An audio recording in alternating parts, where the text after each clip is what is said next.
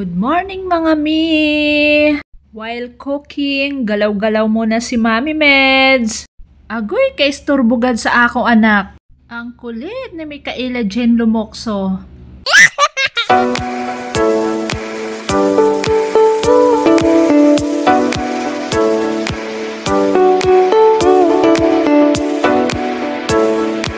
Bago kami mag-almusal, gawa muna ako ng carrot juice. Dati ko pa itong ginagawa mga mi.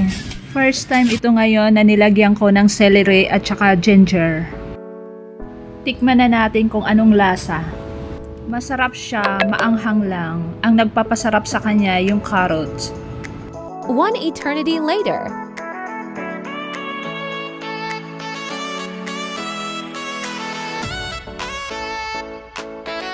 The next day.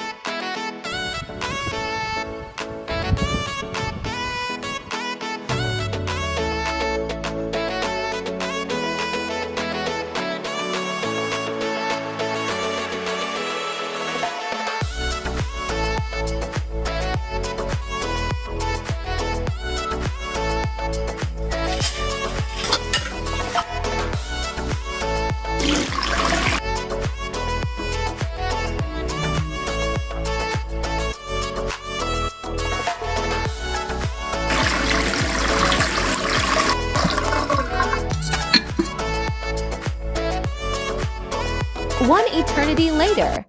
Ito yung mga gulay na nabili ko. Gulay is life sa mga katulad kong tumatanda na, uy! Nilalagay ko mga mi yung mga gulay sa paper bag para hindi madaling mabulok.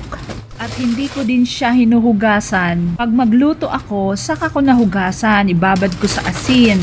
10 minutes, saka ko banlawan. Magluluto ako ngayon ng lumpia.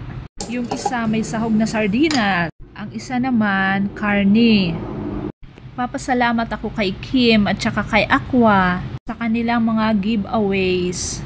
Lahat ng niluluto kong ulam, nilalagyan ko niyan. Pag nagluto ka daw ng lumpia, lagyan mo daw ng konting vinegar.